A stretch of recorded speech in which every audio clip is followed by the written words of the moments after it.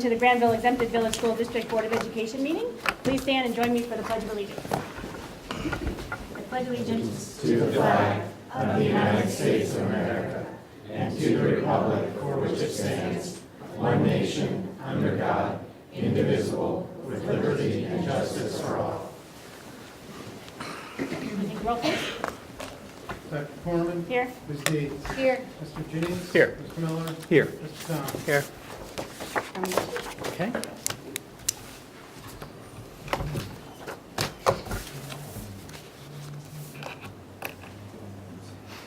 Okay, we had two commendations tonight, but Mr. Stewart, who was our Leader of Learning Award winner, is down with our Youth in Government group downtown, and I keep getting pictures of our students presenting their bills, so I think it's going well.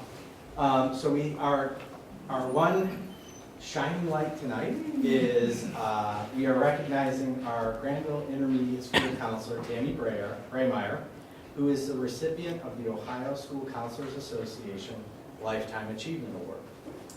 This award honors and recognizes a school counselor who has contributed to the school counseling profession for 15 years or more.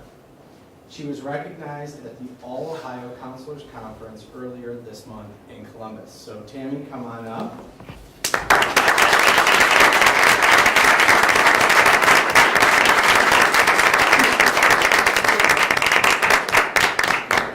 Thank you. Thank you. Appreciate We're it. going to take a picture here. Okay.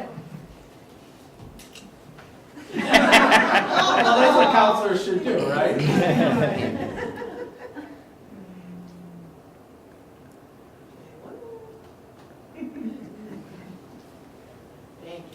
you. Well, so I'm just going to say a little bit more. You can say. Okay. Well, I think one of the things that Granville Board of Education should be very proud of is the support of the guidance, the school counselor role and guidance counselor role. It is something that we have in each of our buildings, and it's part of the whole child aspect of the educational process. And so I know that our staff is very dedicated to the health and well-being of our student population. So you're a huge part of that. So thank you very much, and we appreciate your service. Thank you. Okay, thank you.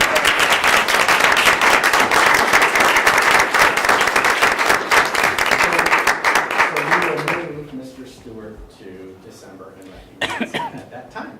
That concludes commendations.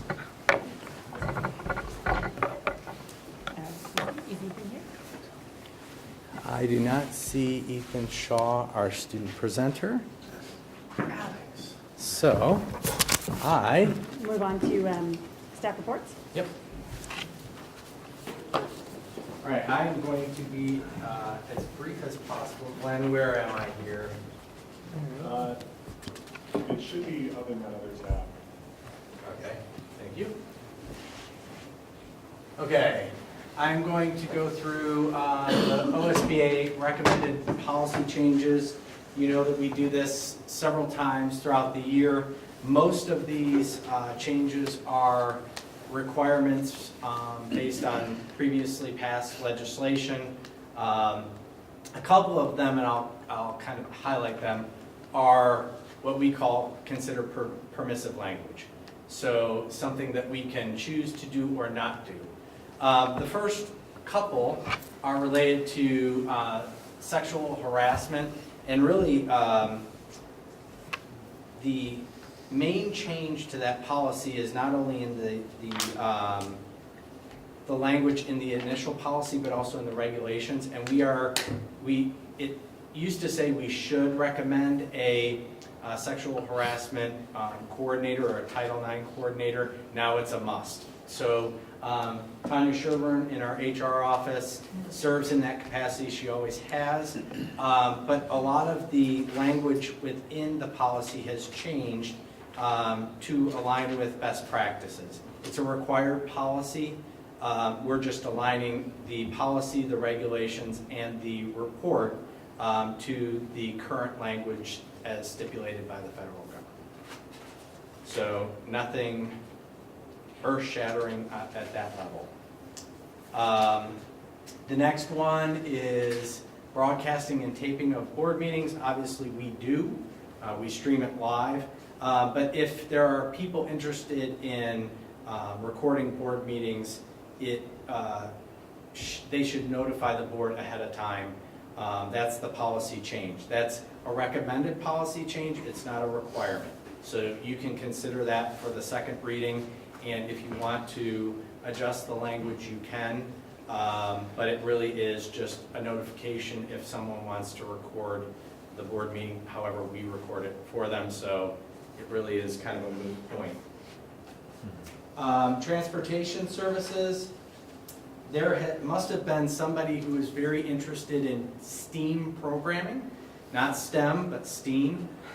So all the transportation services and some of the other language later on relates to including STEAM in the language of community, STEM, STEAM, and private schools. So it's just an addition to that policy. English language learners is a policy that takes out the requirement for them to be in the district for a full year before taking assessments. Now all ELL students must take those assessments. Correct, Gwen? Okay. Extracurricular and co-curricular activities also include STEAM, not STEM. Well, includes STEM and STEAM, so it's both. So that's the second place. Interscholastic activities also includes STEAM. The graduation requirements. Jeff, you might have skipped over that one program for students who are gifted. You were talking about that? I will touch Okay. on that in a That's minute. The program for students who are gifted, it is just taking what we do as far as the identification process and embedding it into the current language. So it's just an embedding of our local decision and process into the policy language. Okay? Graduation requirements. We have to include that students entering ninth grade for the first time on or after July 1st, 2017 must take at least 1/2 unit of instruction in the study of world history and civilizations as part of the social studies unit requirement. We already do that. So this is just aligning with our current language. Truancy has changed a lot over the last year, but this policy adds with or without an excuse in one aspect of the policy. So it's just a broadening definition of what is an absence. Okay, it is aligned with House Bill 410. The last, or the second to the last one, release time for religious instruction is a permissive policy if we wanted to give the ability to have students take religious instruction during their academic school day. We have not accepted this in the past. However, it is something that OSBA recommended that you take a look at again. We have not done this in the past, and I would probably recommend that we not do it in the future. But I also want to be transparent and at least bring it to you for discussion if you wanted to have conversation. Do we ever get any requests for that? We don't. Okay. No, for the most part, people are doing religious education outside of the school day. Thank you. So when it comes up for the second read, Yeah, it won't be there. it won't be there. Correct. I won't recommend it as the second reading because those translate directly to the action items. Okay. Okay? Unless it makes them truant. And then the last part is just the actual second reference to the broadcasting and taping of board meetings. So relatively simple. Not a ton this time. The General Assembly is very busy though. So So STEAM was Oh, added to transportation and interscholastic athletics, which don't usually, in my mind, connect. So in what capacity are they adding them to those policies? In the interscholastic activities, remember a person attending a Oh, these program. these are naming program. Yes. It's all, it's So- just naming a program. It's Correct. not like, okay, You're absolutely correct. okay. Yep. Any other questions, thoughts, concerns? Okay, I conclude my report, and I have the pleasure of introducing, and messing up their program, our two new instructors within the Global Language Program at the elementary. We have Tanya Wilson and Adriana Spencer, who are going to come up and talk about the new program this year. This is a byproduct of the innovation process that took place 3 years ago, and I think you'll be happy to hear from them. So, take it away.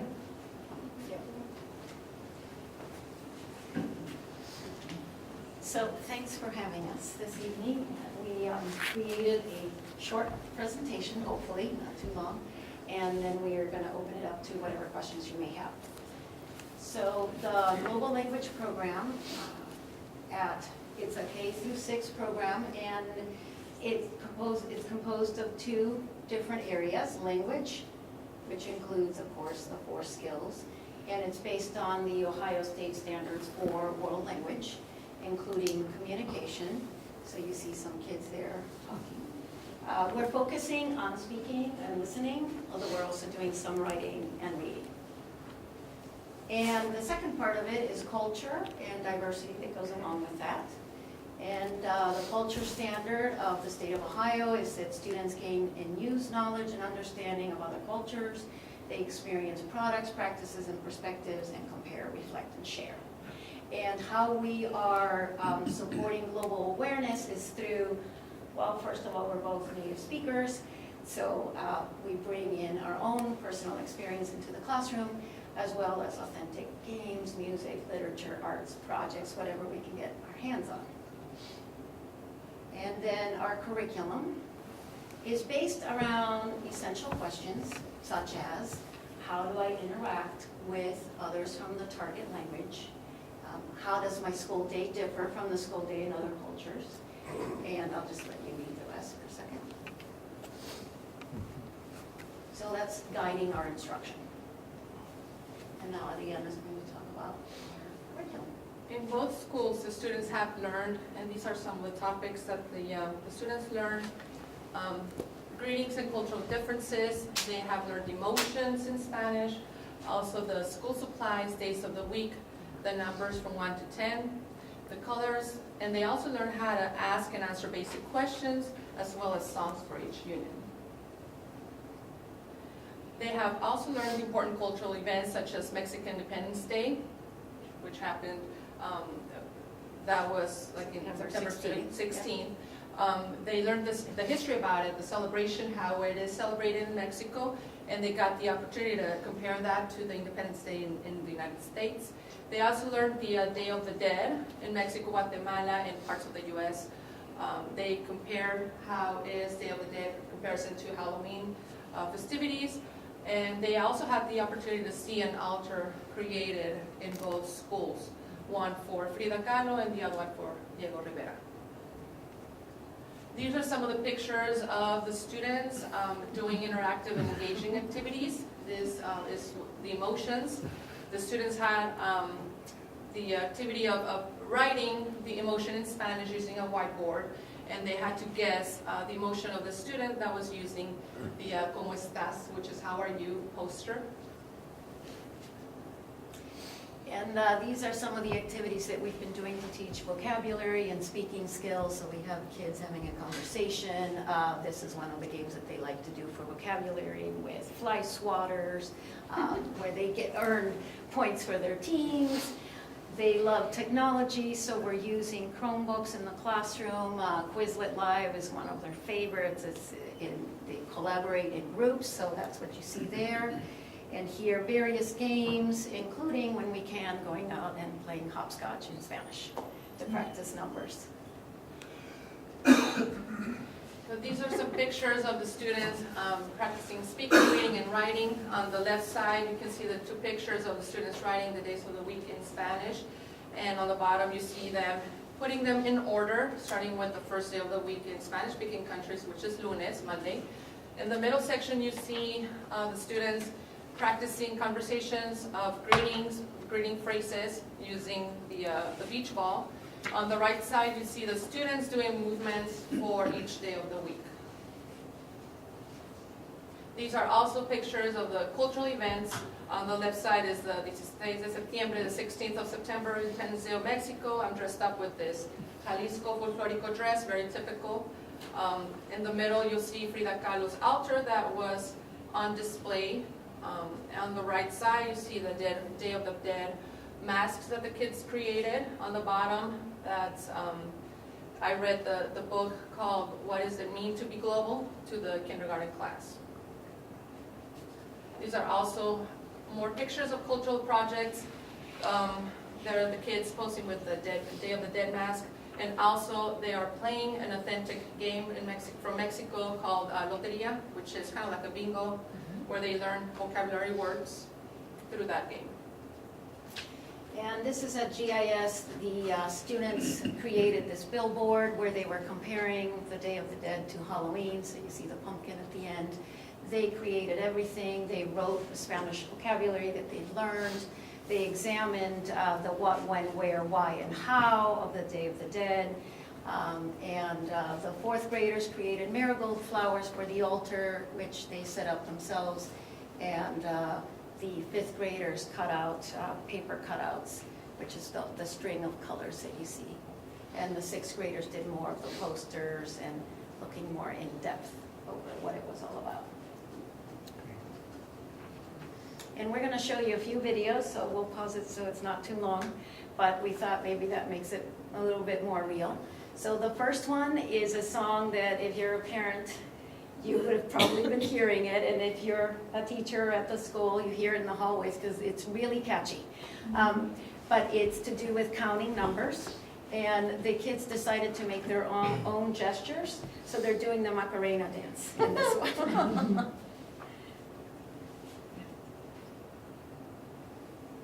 4, 5, 6, 7, 8, 9, 10. This is fifth grade. Let me hear you say it. 12, 13,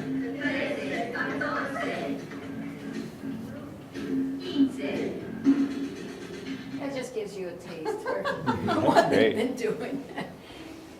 We've got a few of them. So the next one is the days of the week. The students are practicing saying them in Spanish.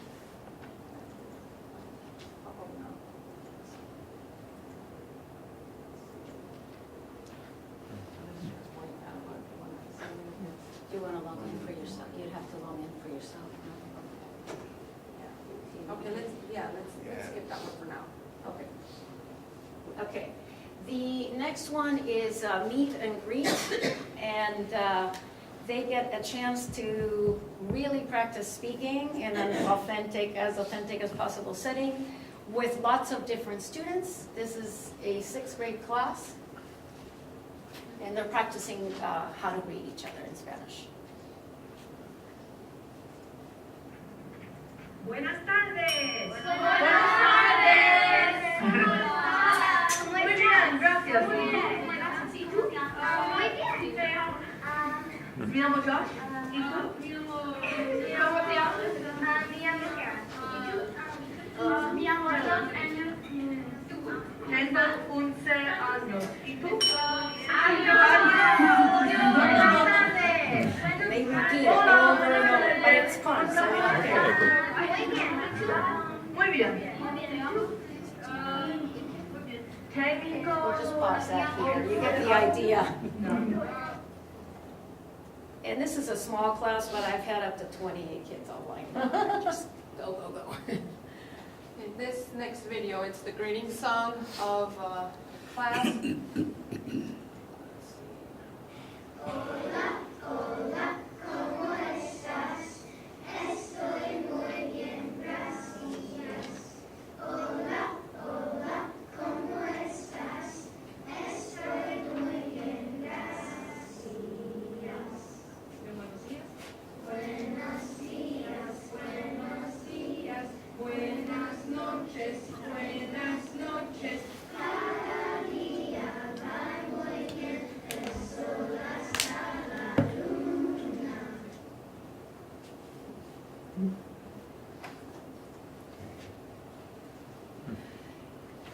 So what they will learn, these are some of the topics that we hope to cover in our ambitious mind. So including vocabulary, verbs, how to express likes and dislikes, geography, and I'd like to tie 5th grade curriculum. They're going to be studying the Mayans and the Aztecs, and so I'd like to tie that in with them. Phrases in Spanish to be said in the intercom, songs, holiday songs, and upcoming holidays in Spanish. If we're investigating the world, I have this project that I want to do with the 3rd grade students, the project-based learning project. It's about them comparing third graders' daily life with other 3rd graders from Mexico. And they're going to have a chance to talk to the students through Skype. Also, they're going to present their findings to other students, teachers, and parents. And at the end of the project, they're going to create this bilingual bookmark that we're going to mail to the students in Mexico. And then at GIS, the 5th graders decided that we needed to expand the use of Spanish beyond our classroom, and we're actually teaching teachers, administrators, parents, whoever comes along. So they created their own labels, which you can see on the top left, and this was a collaborative project with Beth Downing, our technology teacher, and they use PowerPoint, they use their own creativity and design, and then we recorded their voices with the pronunciation of each label for different areas of the school as well as items, school items within the school. So we are working on that, and then future projects, I'm also looking at establishing a Skype and pen pal relationship with the Spanish immersion school in California where I used to work, and they have a large migrant Mexican community, so that will be really interesting for our kids to learn about them as well.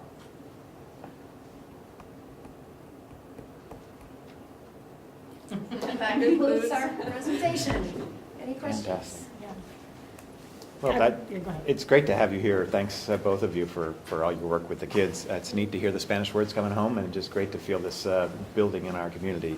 I know when the programs were first envisioned, we talked about some different kinds of cultural diversity to introduce at the elementary school, starting with kind of our local group and then expanding out, and then at the intermediate school, some other parts of the world. Have you kind of conceived how those parts of the curriculum might fit in, or do you have other ideas for bringing in that cultural diversity element? Well, I think that what we are doing with Mexico and with California and the Spanish-speaking school is bringing cultural diversity in. It's more based on the Hispanic world, but that's sort of where our focus is for right now. This is the first year It's and great, the first yeah. few months, Yeah. so we will be talking more about how to include and expand that, but at the moment, anytime you deal with culture, you're bringing in a lot of diversity. Like we talked about greetings, and it's not just learning the greetings, but the fact that in Hispanic countries, you give 2 kisses on the cheek. So we talk about things like that, and it actually becomes kind of real to them, because some of the students have said, that's happened to me in my household because I've hosted an exchange student from Portugal. Mm-hmm. So I love to see these connections. So they are getting it, whether it's from one country or another. It's kind of a blend of, from different countries. More focus, I guess you'd say, on Hispanic countries. Okay, thanks. Yeah, I'm definitely excited to hear about everything that's going on, and you've only had them for a quarter, and I'm really impressed with the comfort level that they have, just going for it, right? And I think that's one of the things that is really important, because I have a niece who studied Spanish, and she was really good at it, but until she actually was immersed and did a lot of the speaking when she went to Peru, she was afraid to speak. If she could read, she could write, but so I'm excited to see that there's a lot of the oral language, being a strong part of it. I'm finding they're not shy at all. They're very enthusiastic. They're very open and eager. It's been wonderful, and they're really fast. They just pick it up, compared to, sorry if there's any high school. Really, you do see the difference, how they're less inhibited. It's really the time to learn a language when you're young. It's just easier. It's also exciting, because I don't think that this program exists anywhere else. Am I right? We sort of threw a lot at you guys to create something that's brand new. So I think it's really exciting, and it could be a model for other districts down the road. So it's, thanks for being here. I'm very excited about it. Thank you. I have a question. I wonder, I know it's a new program and everything, but where do you foresee a first grader entering 7th grade, and at what language class would they be?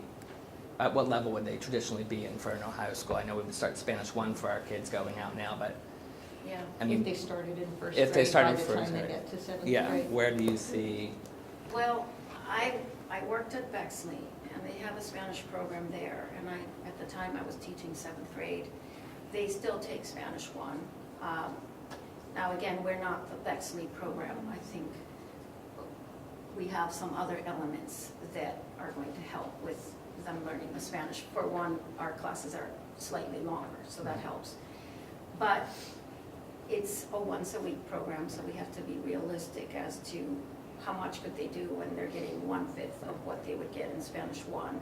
But I do think that they'll have a really good basis, and I think where it's really going to help them is the speaking, because they're going to be doing that from first grade on, and they'll know some basic vocabulary, so that'll help when they do get to talk. And so it's building a really good foundation, but I can't say right now if will we be able to skip Spanish 1. I doubt it, because it's also a more grammatical emphasis, not just talking and learning vocabulary, but then you get into more difficult grammar structures that we're not going to do in 40 minutes once a week. But I think it's one of the things that we're going to have to look at as the program evolves. You know, we've been at this for 2 or 3 months, and it's going to be really interesting to see that evolution from one year to the next. Yeah. You know, and so that's the organic part of this process, which I think is pretty exciting. And I want to compliment both of you. You have spent a lot of time and energy getting this program going, and the energy is in the room, so to speak. And I want to thank you for your dedication to, you know, when we first kind of conceived this process, we were like, ooh, that might be mission impossible. But I think you really have started to, you know, make the impact that we had hoped. So thank you. Yeah, that feels good. It shows. You don't always know. It shows. When you do hear them singing, buenos dias, buenos dias, you know, With each other, with or us. with teachers. With Teachers teachers, want too. to learn too. Yeah, It's- that's cool. It's just great. Great. It's infectious. Yeah, Yeah. It's great. you're good. Thank you. Well, thank you. for having us. Thank you.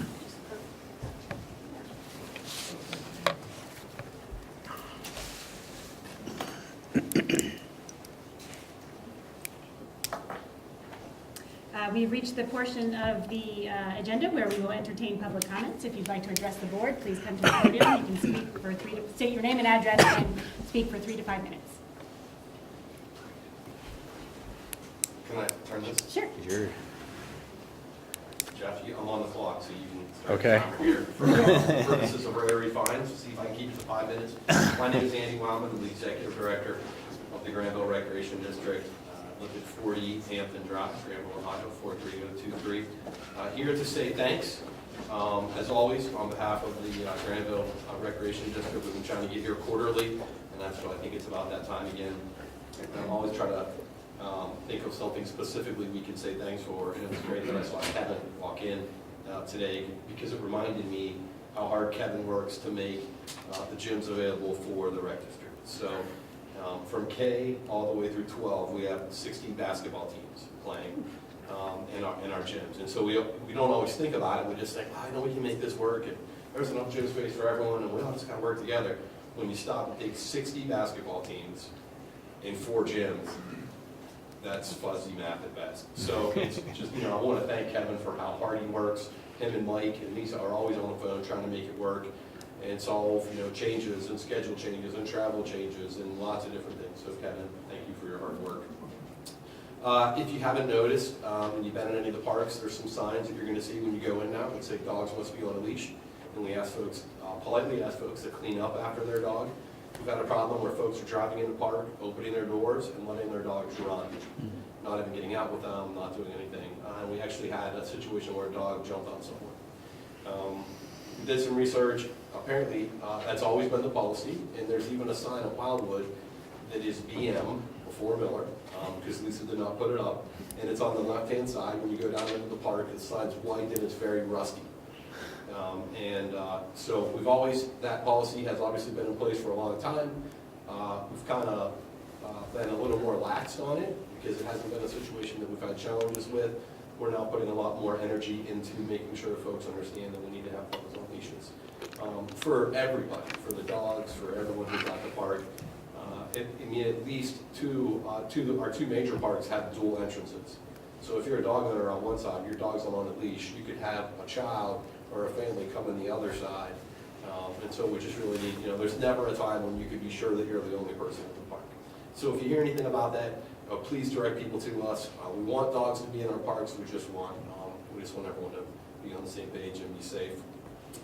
And then Ben Yater is here. Ben is, I want to recognize him and his team and provide an update for the playground. So we have currently raised $427,000 to rebuild the playground at Wildwood. That rebuild is going to be April 16th through April 22nd. And if you're going to be in town those days and would like to assist, we would love your help. There's a job for everyone. There's cooking, there's babysitting, there's literally something to do for everyone. Kids as well. Power tools, obviously we aren't going to let kids run power tools, but really excited about it. The committee of volunteers has been great. Matt Miller and Nate Wilson have been chairing the fundraising in. We're at $427,000 now. We still have some asks out to major foundations, and with a goal of $500,000, so we'd be able to put the poured-in-place surface and have a maintenance nest egg that we can carry forward. So certainly, just real excited about it. Feel really confident that we're going to get to our goal. And again, want to thank all those guys and their hard work. And last but not least, I'm not going to put my hat on, but I'm going to shift gears and change my hat. As a parent, I just want to say that my son has had the greatest experience in marching band this fall. And from someone who participated in that activity at the collegiate level, and I've had the opportunity to chaperone some of the trips and to see the kids' passion for music.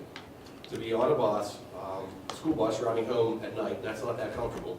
But to be on the bus and see them using their phones to like music, to talk about music and chord structure and sing, as someone who's passionate about music as I am, that is amazing to me. So I don't think always do a good enough job of celebrating our successes and thanking folks in our community. And I just want to thank you as a board and the staff. Mr. Burnap, I thank him every day for bringing Mr. Smith here. I would agree, it might be his greatest hire ever. So just thank you. Because it is, if you haven't heard them, I'm sure you've heard them play, they sound amazing. Amazing. They sound better than most college bands. And so as a parent of a son who is participating in that, and would just love drums being played in my house most of the day. So I just, as a parent, want to say thank you for that. So over 5? No, you did well. 4 minutes and 45 seconds. Well done.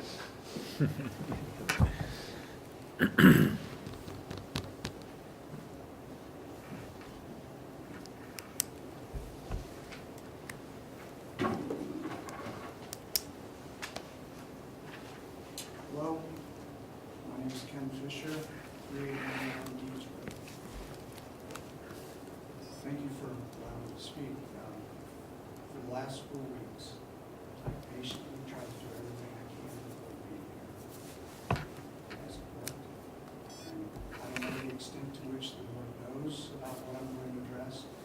It starts with a video of a football practice and will lead to a discussion of personnel matters. I think it's whether you want to see the video before. I understand from Mr. Brown, you all need to do executive session, that's fine. You see the video before or after, it's up to you. If we're going to talk about a specific student and staff member, we would need to move into executive session to do that. It's a video of football practice. I think I would prefer to see it in, since I don't know what it is, I would prefer to see it in executive session. Is that okay with the rest of the board? Yep. Okay, so we will temporarily adjourn to executive session, and when we return, we will continue with the rest of the agenda.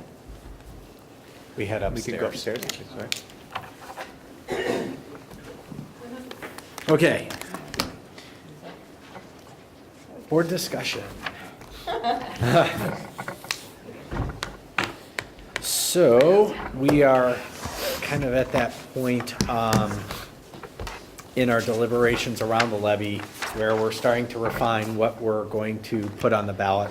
And I think through conversations, we've been building up towards talking about the earned income tax versus the property tax. And I think Mike has been sharing additional information with you as a way to help shape your thoughts. And so I think we're kind of moving all towards an earned income tax, but I think we need to talk about that a little bit more publicly, and then talk about the different levels, because we've talked about we've talked about 1.25. So, Mike, do you want to add any comments to that? The only thing that I want to add is I did send something around this afternoon, and you all have copies of it in your folders as well, pulling data off the new county auditor's website. I was able to take a closer look at the information we had heard anecdotally about the impacts of the reappraisal this year on our older homeowners. And what I was able to pull down and to look at is that for homeowners who take the homestead exemption, and that would be people age 65 or over, fully disabled. If they turned 65 before January 1st, 2014, they were grandfathered in no matter what. If they turned 65 since then, they also have an income limitation, which may preclude a lot of our seniors from getting it, but we don't know that for sure. But the overall home values are going up around 13%. Well, I looked at that's overall residential and agricultural property. If you look at just owner-occupied homes, which I was able to pull off, those homeowners without homestead exemptions, the average valuation increase is 11%.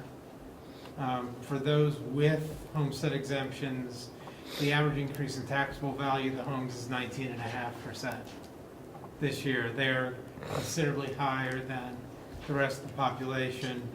On average, the 682 homeowners who take homestead exemptions will be paying an extra $225 a year in school property taxes, roughly, which is the equivalent of about a $3 million additional levy. So in essence, it's looking like they're facing a new $3 million levy as far as the impact on their pocketbooks with the reappraisal.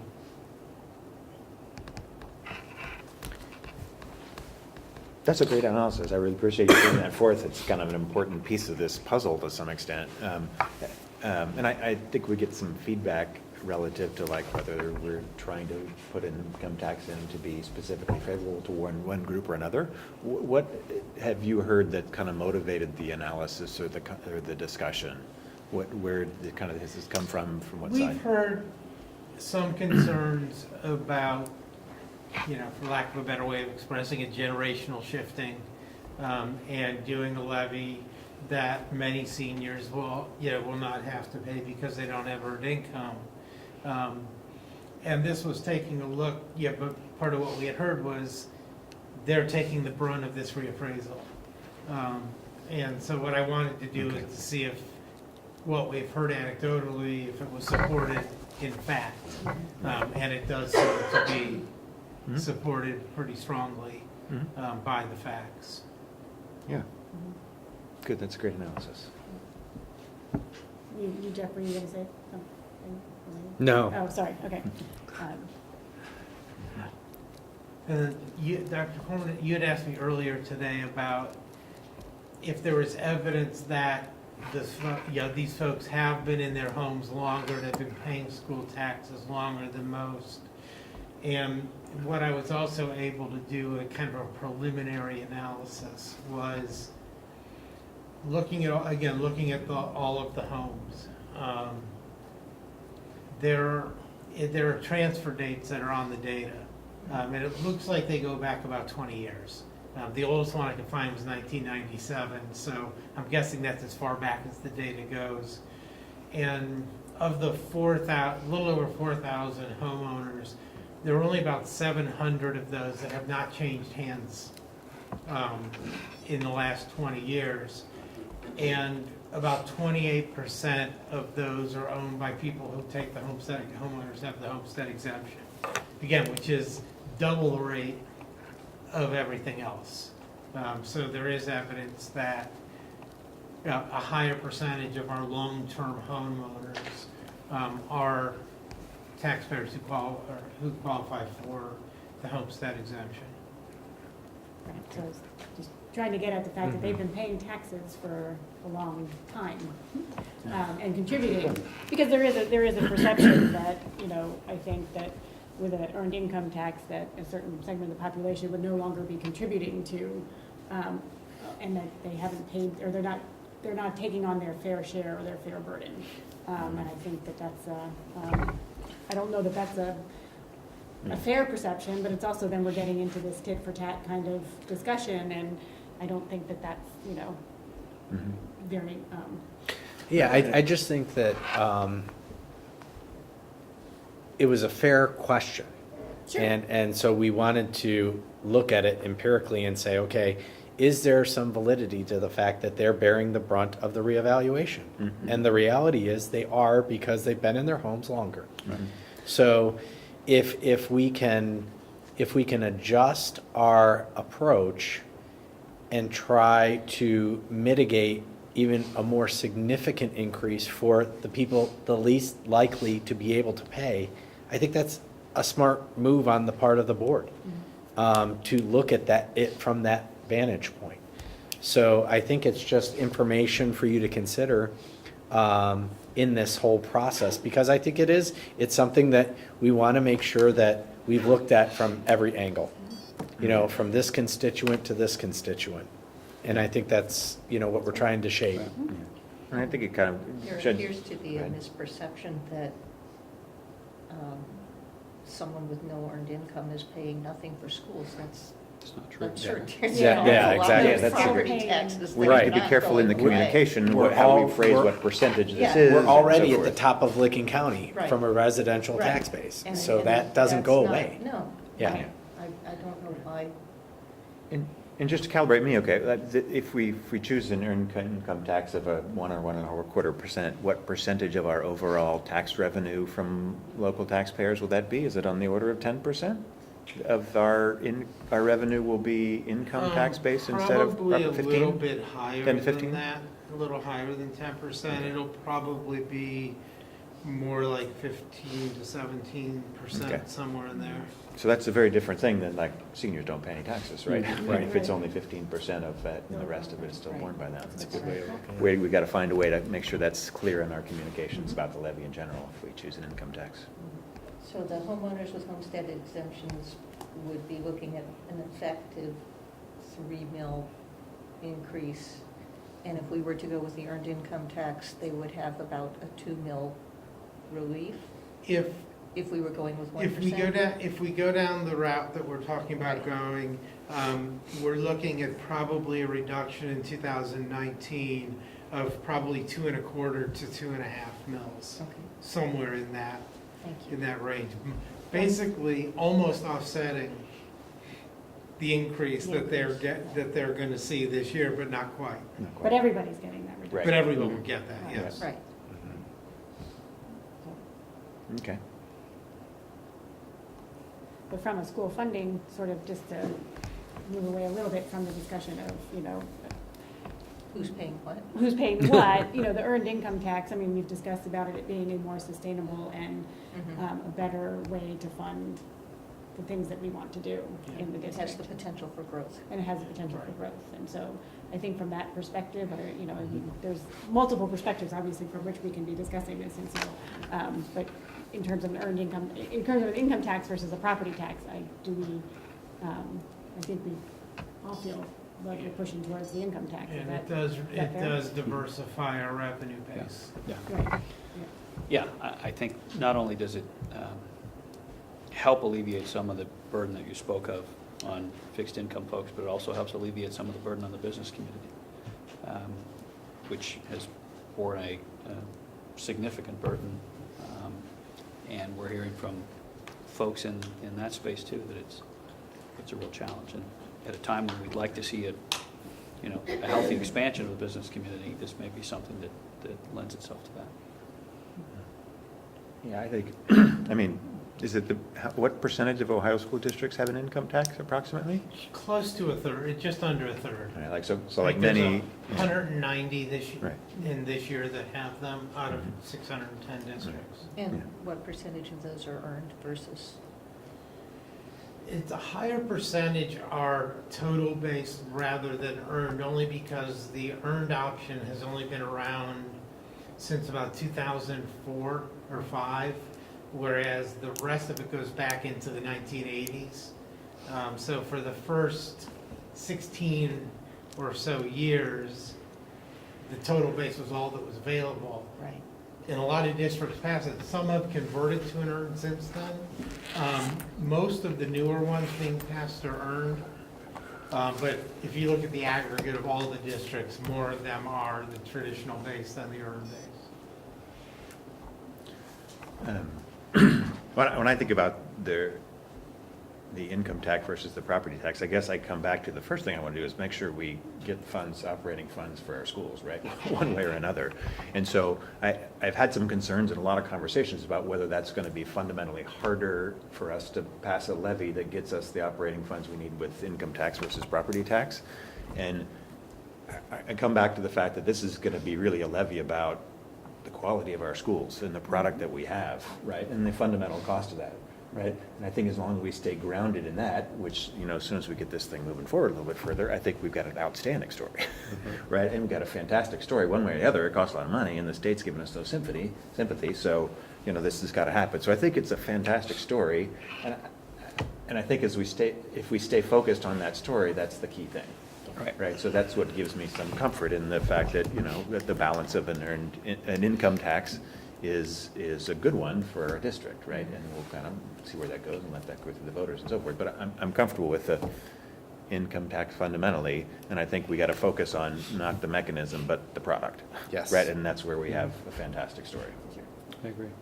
I also think you're exactly right. I mean, the story is in what we do. It's clear that the United States Congress isn't doing us any favors either way with their proposals for tax reform, which would eliminate deductions for property taxes and state and local income taxes. And so, folks are going to be impacted either way, no matter what we do. And that will make it, perhaps harder, perhaps significantly harder, I don't know. But ultimately, it's more of the same from what we've experienced from the state, which is pushing off responsibility to local folks to fund the things that matter to them. And I think this matters to this community. And we have, so depending on what Congress decides, we can change direction if they do something that, detrimentally impacts one choice or the other. Yeah, I mean, my recommendation to the board would be to have me, for the meeting in December, draft 2 resolutions of necessity for an income tax. One that will yield a 1% rate, one that will yield a 1.25% rate. The income tax is a 2-step process, which is different than the property tax. The first step allows you to take the second step. It does not require you to take the second step, but you can't take the second step without having done the first step. So I would recommend that we do that we enact 2 resolutions of necessity to get 2 certifications. And then for the January meeting, at that point, we would probably need to make a choice whether we want to go property tax versus income tax, and if we chose income tax, 1 versus 1.25. But we are not obligated to the income tax, even if we do the resolutions in December.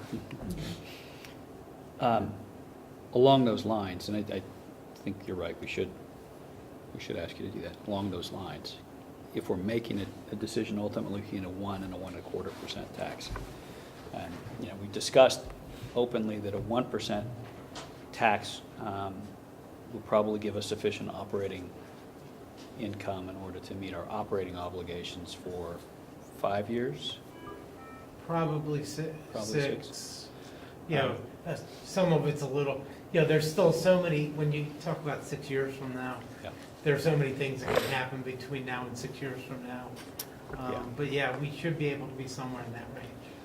And a 1 1/4 obviously would extend us farther out in the future, perhaps, but importantly, at least from my perspective, may also give us the ability to address some of the long-deferred capital needs that we have in this district. When you think about the fact that our newest building in the district is 16 years old, we just spent a lot of money replacing the roof on that building. We know we've got old equipment that we've tried to maintain, and we've been creative about how we do it with some of our financing. But we have a lot of needs that we should address, I think, going forward, facilities-wise, both in the classroom,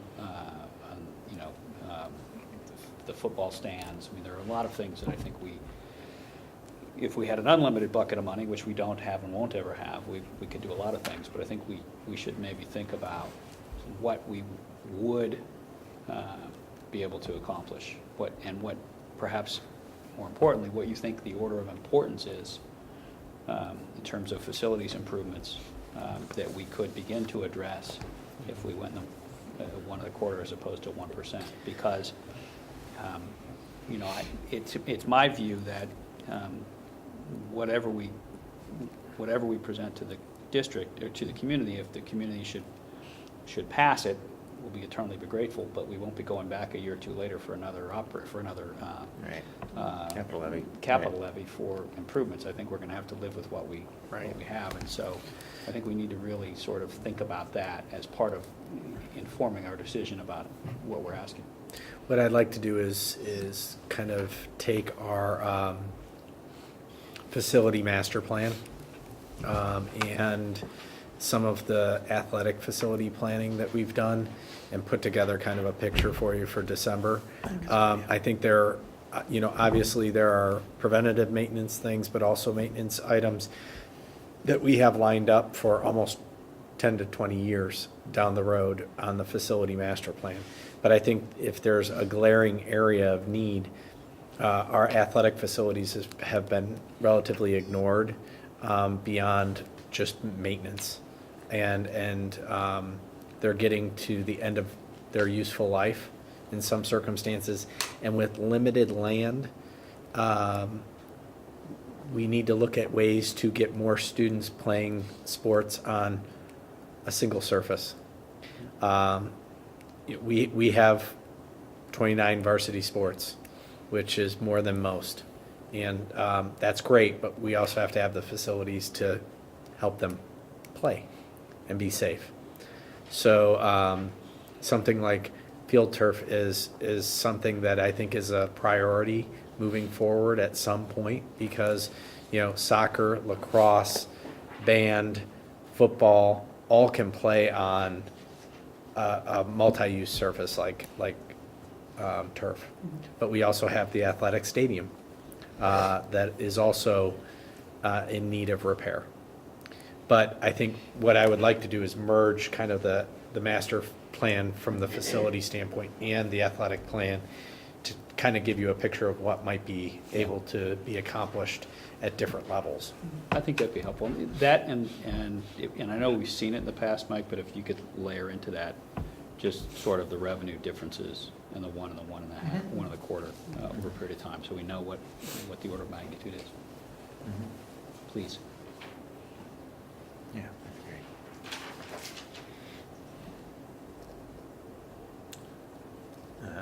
Have you all been hearing things through the community about this? Has it hit the radar screen for the most part? It seems like it's pretty quiet until it's the last minute usually. Right? I don't know how to draw that out or how to start building Jen that and from a Amy capacity attended the perspective. chamber meeting good. where we did That's our good. financial outlook, and I thought, They were receptive. yeah, they were receptive to the concepts, and I think the other, we talked about where we've added value over the last 5 to 7 years in our academic programming as well. And I think people are comfortable with the alignment to that innovation process and spending money intentionally in areas that we felt would add value, like tonight. Totally, that was awesome. Yeah. Yeah. But we also talked about where we've saved a great deal, and, Yeah. you know, thanks to our teaching staff changing healthcare plans, that's gone a Yeah. long way to. And, you know, Mike refinancing our bonds, you know, saved us $3.5 million. You know, we took advantage of that window of time, and it really saves the taxpayers a lot of money.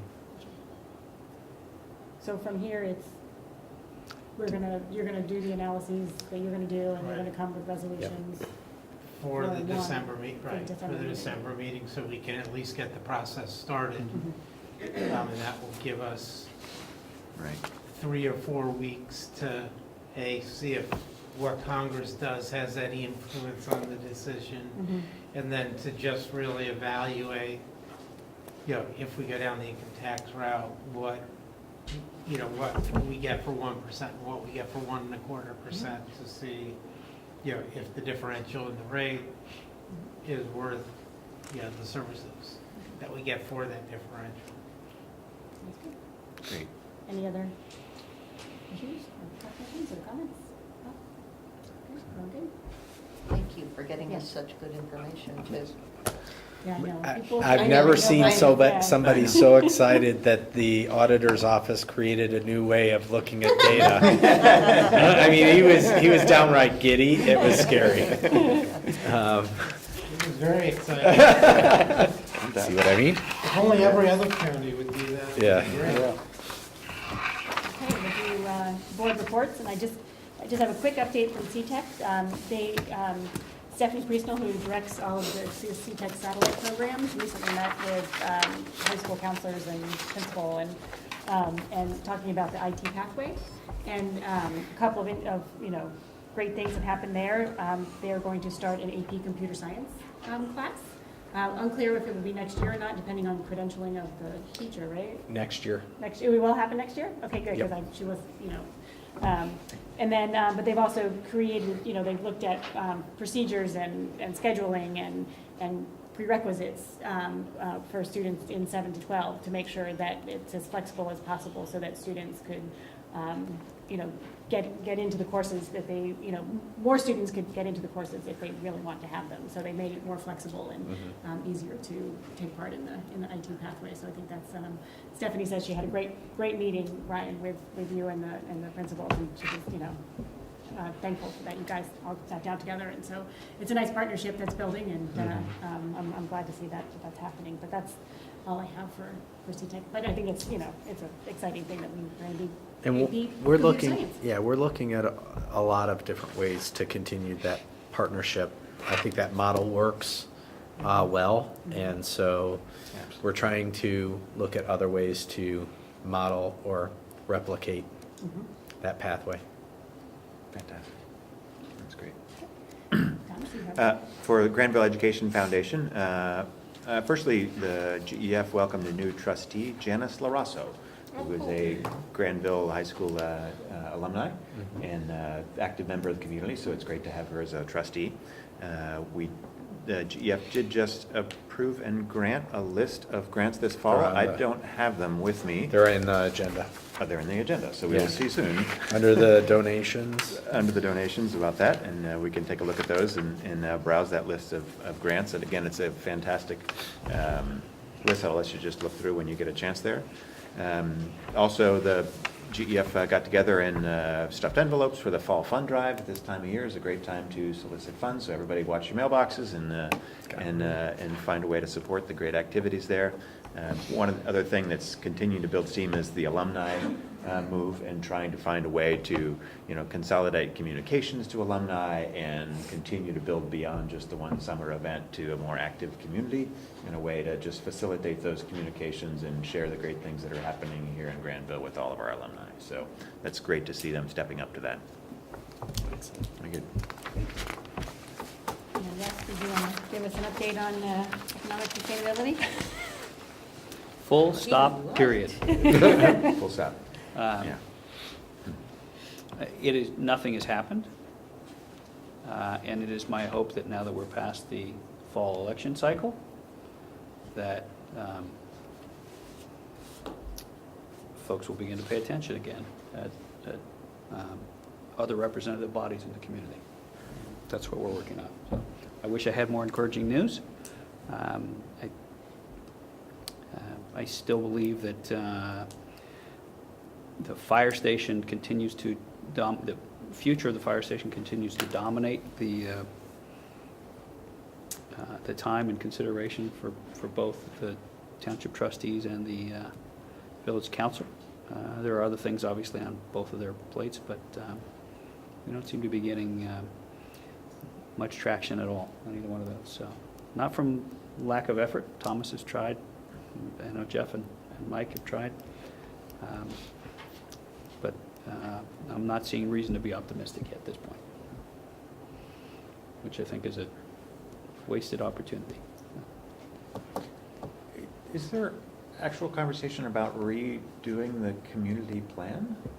A long-term plan? Because I saw a meeting announced about sustainability in general, and I didn't know if that was I read it differently toward- too, Thomas, but that was... I didn't attend the meeting. Councilwoman O'Keefe put together a forum on economic sustainability, but it was more about it wasn't economics. or It was environmental. environmental sustainability. So it was more about recycling and what ways that we can look at renewable energy sources, those kinds of things. It was not an economic development And not a conversation. long-term community plan conversation Right. as much as Right. just.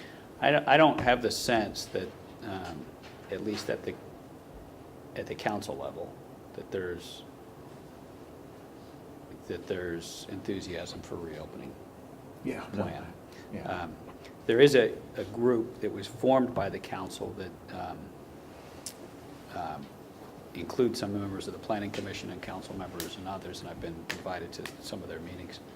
That's trying to address conceptually the problem of South Cherry Valley since the access was cut off, which also brings into it that proposal that we had heard about by a developer to put in apartment buildings over there. That group has met 3 times that I know of, and they're continuing to entertain different ideas and thoughts, but it's pretty focused on that one location.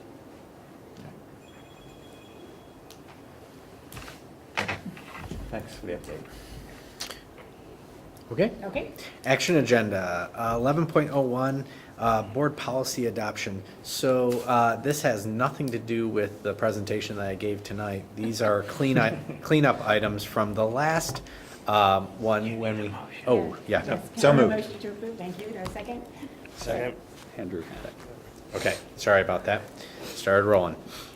So we talked about these actually in August, and they should have been on the September board meeting agenda, and we omitted them. So these are from the last round of adoptions.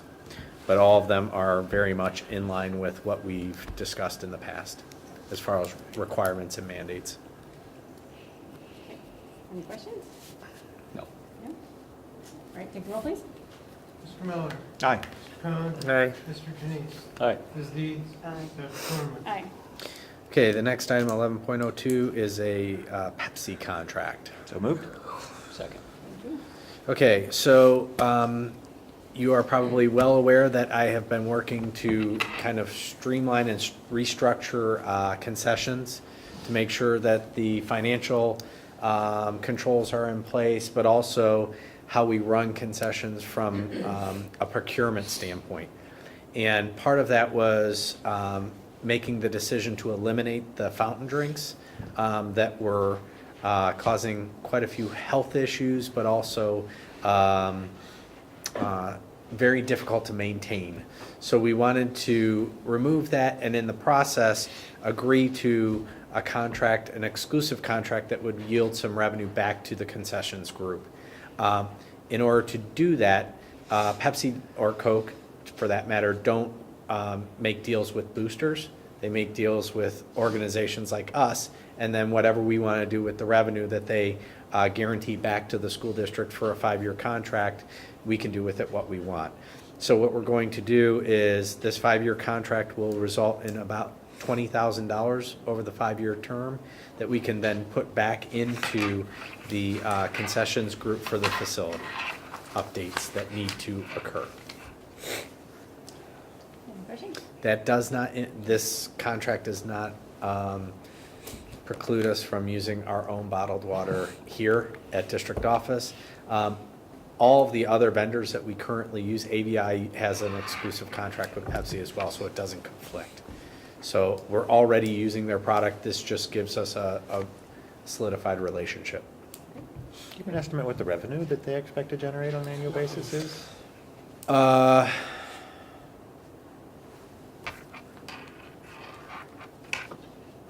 Concessions? Pepsi, this contract? I Yeah. have no idea. That's okay. I mean, I can see that they're giving us back Right. $4,000 $4,000 so I a year. assume They're gonna make money. Yeah. Yeah. Any other questions? Take the roll, please. Mr. Miller? Aye. Mr. Janice? Aye. Ms. Deeds? Aye. Mr. Khan? Aye. Dr. Corman? Aye. Okay, the next item, 11.03, is a professional services agreement and for Blessed Sacrament. So moved? Second. Thank you. So, as part of the non-public monies that come through from the federal government, we are the fiscal agent for Blessed Sacrament. They have a contract that they are going to enact with Catapult to the tune of $3,800, and we have to approve it because we actually pay the bills. So it's a typical kind of agreement. that we Yep. have to do. Yep, it's a pass-through action item. Where's Blessed Sacrament? Maybe a stupid question. Blessed Sacrament What is is that? in Newark. Okay, so it's outside of. Yeah. It's Catapult. Catapult Learning, Ryan, what is it? They provide tutoring services for a lot of different schools, a lot of private schools like that. Okay, so it's a tutoring service. Which we actually don't have the ability to say yes, yay or nay to anything that they do with those funds, except if it doesn't align with the category of expenditure. So if they tried to use it on something other than Title I services or reading services. If it's in Newark, why are we? Yeah, why do we do it? agent? For our students. Yeah. Wait, There is so the Granville. services are for our The students? students are for Granville residents who are going to Blessed Sacrament. Oh, the Yeah. service, okay. Understood. All right. Okay, good questions. Thanks. Anything else? All right, take the roll, please. Mr. Miller? Aye. Mr. Janice? Aye. Mr. Khan? Aye. Ms. Deeds? Aye. Dr. Corman? Aye. Next item goes along with the earlier update, the gifted identification plan. So moved? Second. Thank you.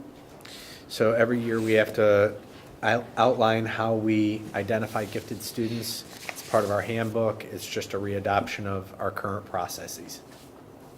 Nothing new from them? No. Anything new that you? New testing that we have to do in the K-2 level is required by the state now. Yeah. They do a cognitive test sometime in K-2, which we'll do in second grade. Are the paperwork processes for parent acceptance and so forth? WEPs. The WEPs, are those the same as they've been in the past, or is there some change there? And is there a way to make that more? That was last year, that was, Yeah. process was approved. But we have to make an attempt to get a parent signature on the web. Okay. Which was done either through conferences or mailing them home. Right. And Alicia Haben is our new gifted coordinator that we use through the ESC. Sign You don't have to. You just have to attempt. Yeah, exactly. That's Yeah. an important This is caveat true. there, hopefully. And if there's any way to, like, I don't know, maybe electronic communication is more effective or cost-effective in terms of doing that communication, I'm not quite sure. Can you? But Yeah. it seems like there's a lot of paperwork that's sometimes generated by this. I can only imagine district-wide and what the response rate actually was. It was actually it was decent because we did a lot of mail entry at the conferences. Yeah. So Oh, good. Yeah. That's a good idea.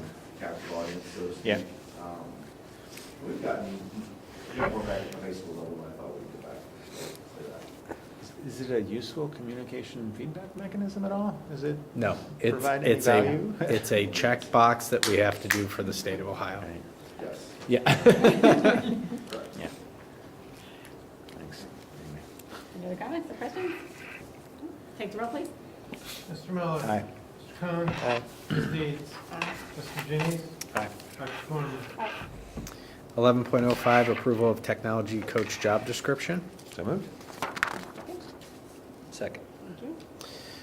So last month, we approved Jill Mary's departure, and so we are going to be reposting for her position. We wanted to update, Glenn wanted to update the job description to include some of the more up-to-date technology that they want to utilize. There's a copy in your board packet, some of the changes. It's literally updating some of the technology that's used. I suspect you could probably update that every 6 months. And You could. We just wanted to take the opportunity now that we're posting it to update it slightly. Any questions? All right, take the roll, please. Mr. Miller? Aye. Mr. Jennings? Aye. Mr. Cohen? Aye. Ms. Deeds? Aye. Dr. Cornman? Aye. Okay, 11.06 is the recommendation for the 2018-2019 school calendar. So moved. Second? Second. Thank you. And we will eliminate the word proposed that is misspelled at the top of the calendar. So, don't know how we missed an O, but it is very much in line with the calendar this year. Following, or we still have 4 days at the beginning of the school year for professional development. I think that's a good thing to do that. I like how we lump that together. Yeah. Beginning of the school year. Does every district in the county get out by the end of May? Pretty close. Yeah. Yeah, I think some of them still have, like us, their makeup days, although no one will probably ever make up a day anymore, Yeah. based on the hours requirement now instead of days. But yes, Yeah. I don't know of any that go out in June. The 3 that I know of for sure, I'll get out the same week that we do. Yeah. And this is different in that the classes continue after graduation and after Memorial Day, where they've not in the past? Is that right in this calendar proposal? We've gone both. We've done graduation and come back, and we've had also graduation at the very end. So this calendar proposal? Yes, they come a couple back. days after Yes, Memorial Day. Okay, but not into June. all right. Which bugs me. Yes. I know I'm the only one that's bugged by it. No, I understand. No, I two observations, and, no quarrel, because I think the calendar committee works hard to get things done. I think there are things we could do within the schedule, and, I'm not at all opposed to having school bleed over to the first week of June to allow that. For example, I think it can't be that productive to come back for 2 days the first week in January, Thursday, Friday at school. I would rather offer families, just because the first falls where it does this year. Obviously, the first fell on a Friday, and then I don't have a problem coming back on the following Monday. But it seems like we come back just to come back. I would rather give families some more extended time off for travel, and that, from a personal perspective, that impacts us. But and I'm not sure that I like the having school after graduation, classes still after graduation. I wonder how useful those classes are after people have sort of emotionally checked out. And I throw those comments out just for consideration. But the high schoolers aren't there, or the graduates aren't there. I know. Yeah, okay. I Yeah. just think everybody checks out at graduation. Oh, okay. Yeah. When you're a sophomore and you see everybody else leaving, it's so. Understood. Yeah. Again, not an issue now, but I'd love to see us contemplate some of these things at some point. Okay. Calendar discussions. And I think we've done a good job of incorporating some extended breaks during the semesters and things like that. I think it's good to incorporate that kind of flexibility, and I as well kind of think that finding more creative ways to extend, and if that means going into June, I don't have an issue with that or whatever with graduation. So I'd guess give that feedback to the calendar committee in the future that we're supportive of finding alternatives here in the light of the innovation process, which kind of looked at A doing balanced something, calendar. a balanced calendar, which, I think is a little beyond what we can do from some other constraints, but I think the more we can move along those lines and experiment with the possibilities, I think I'd be receptive to that. Side note, complete side note, but Mr. Durst worked with his staff to create no homework breaks. So it's new this year, so over Thanksgiving break, students are not assigned homework so that they can actually take a break. Be thankful. And be thankful, yes, exactly. I saw that, and I think that's fantastic. Yeah. That announcement's really good. It's not a phone. I'm just gonna throw it out in the hall.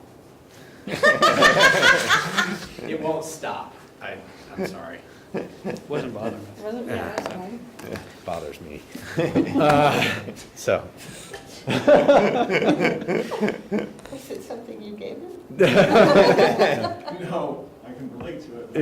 Yeah. So. Any other Calendar. discussion about the calendar? No. No? We'll take the roll, please. Mr. Miller? Aye. Mr. Cohen? Aye. Ms. Deeds? Aye. Mr. Janice? Aye. Dr. Corman? Aye. Thank you. Consent agenda 12.01 A through E. So moved. Second, thank you. Yeah. Anything you'd like to say? I would. First of all, obviously we have a host of donations that we'd like to accept, and the Granville Education grants at the top of page 4 that they supported this year. I think the Granville Education Foundation has a really strong group of trustees right now and have really good goals. And I think they're working very well to support the schools. We have several retirements. Mary Glick is a bus driver. Mary's been here for a very long time, and she is retiring. Cynthia Schaefer and Christine Saddlemeyer. Cindy Schaefer is the FCS teacher at the high school, and Christine Saddlemeyer is an English language arts teacher at GHS. All three of them have really dedicated their time and talent to Granville schools, and we appreciate their service. They're notifying us because, one, it gives us the ability to go out earlier to find replacements, but also we don't have to evaluate them this year because they've notified us by the November board meeting. We also have one resignation, Kim Parkinson. She is our educational aide at the middle school office. She is moving on. So we absolutely appreciate her service to the school district. And a couple of overnight field trips for athletics, and there you have it. Any questions about the consent agenda? Thank you for all the donations. And, Yes.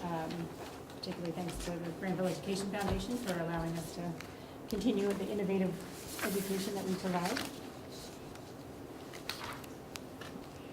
Other than that, no, nothing. All right, take the roll, please. Mr. Janice? Aye. Ms. Deeds? Aye. Mr. Cohen? Aye. Mr. Miller? Aye. Dr. Corman? Aye. Thank you. Fine. Monthly Yeah. financial report. So moved. Sorry. Do I have a Little second? slow to take on that one. Sorry, do I have a second? Go ahead. Well, one of you. Andrew had it. Okay, Andrew. I will keep this very brief because once again, it is nothing very exciting going on, which is always a good thing in the finances. The only two items that make the data look weird, the revenue side, we did not get the rollback from the state that we were expecting in October. It actually showed up finally today. So we do have it now, so that will balance itself out. by the end of this month in the report, and things will look more normal. On the spending side, we are anticipating about a $54,000 return of money from SCRS that we had inadvertently paid. We thought that would come in October. It did not. We are expecting that this month as well. So that should look normal once we get to the end of November. There's another item coming up that's related to that that we'll get to in a couple minutes. Other than that, revenues and expenditures are pretty much where we expect them to be at this point. Nothing is showing any signs of worry nor signs of ending up with a lot more money than we were expecting or something like that. Any questions? No. Comments? No? All right, take a roll, please. Mr. Miller? Aye. Mr. Khan? Aye. Mr. Hayes? Aye. Ms. Dees? Aye. Dr. Corman? Aye. Thank you. Next item is the acceptance of the gift of the new indoor practice facility next to the baseball field at the high school. So moved. Second. Thank you. I would like to make at least an initial statement. I am impressed that we were able to get that facility under roof as quickly as we did. This facility is completely clear of any liens that have been certified by whoever does that certification. Probably a sanitary. Yeah. We have the documents that say the facility is free and clear. And I want to at some point recognize the individual that donated this, but not at this time. They wish to remain anonymous, but you can see it's a significant donation. Largest that I've seen here in Granville since I've been your superintendent. And I think it hopefully paves the way for many others to be generous. But I think it's going to be a great facility, not only for baseball, but for softball, indoor golf, and even some lacrosse activities. So I think it's going to be widely used, and we appreciate the donation. It has a restroom and a locker room Yes. too, right? Yeah, complete facility. Yeah, it has locker rooms, restrooms, a concession area. Does it have a name? It is home of the Blue Aces. Okay. As of right now. And You're working on it. Yeah. At some point, it may have a plaque and be named, but not at this point. Thanks for helping us know when it's appropriate to celebrate it and in what way, because I think it's something that we should really highlight for the entire community to kind of show a model for fantastic support here and really show everybody how much this is going to be used and so forth. So the more we can do to celebrate, acknowledge, and replicate it, the better. And he came to us.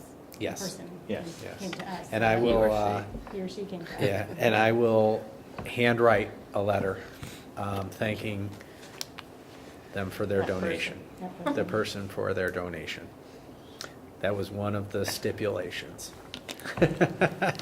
which I appreciated. Absolutely. Mhm. Any other questions? No? Take a roll, please. Ms. Dees? Aye. Mr. Hayes? Aye. Mr. Miller? Aye. Mr. Khan? Aye. Dr. Corman? Aye. Thank you. 13.03 is a resolution to create 2 new special cost centers within our agency fund. So moved. Second. Thank you. This is somewhat related to the SERS issue, but is really a bridge that we're trying to get to next July. And what we're planning to do with this is we've had a lot of issues with SERS over the last year as they've transitioned systems and keeping things right. What we're going to do is we are now going to just set up 2 special cost centers in an agency fund. We will pay 14% of payroll, every payroll, into that fund, and then charge our foundation, which is where we get the charge for SERS, charge that against the other fund, so that we keep it, the general fund, the operating fund will be clearly balanced every month. Had we been doing this would have avoided the confusion that caused the double payment, that one double payment to CSRS. That would have been avoided if we had done that. Ultimately, where we want to get to starting next July is what's called direct pay, where rather than having our payments taken off of our foundation payments from the state, we'll just cut checks twice a month. Well, not really cut checks, it'll be all electronic, and pay the twice a month directly to CSRS and STRS, which will alleviate a lot of issues. Will these accounts go away then, or they will be paid out? The accounts will probably go away once we completely transition and make sure that there are no outstanding surcharges or anything that is due from a past period. But this is probably just an accounting change that will simplify life, I think, especially for Carrie and for Tina, in keeping the money and making sure it's staying balanced each month. Any questions? No. Take the roll, please. Ms. Dees. Aye. Mr. Denise. Aye. Mr. Khan. Aye. Mr. Miller. Aye. Dr. Corman. Aye. Please, good job. Can I have a second? Second. Slow there, Angie. I was waiting for her to. Who seconded? I did. Thomas, okay. Ms. Dees. Aye. Mr. Miller. Aye. Mr. Khan. Aye. Mr. Denise. Aye. Dr. Corman. Aye. Thank you. Thank Thanks. you. Happy Thanksgiving. Happy Thanksgiving. Thank you. Happy Thanksgiving, everybody. It's hard to believe we're at Thanksgiving Oh. already. Yeah. Um,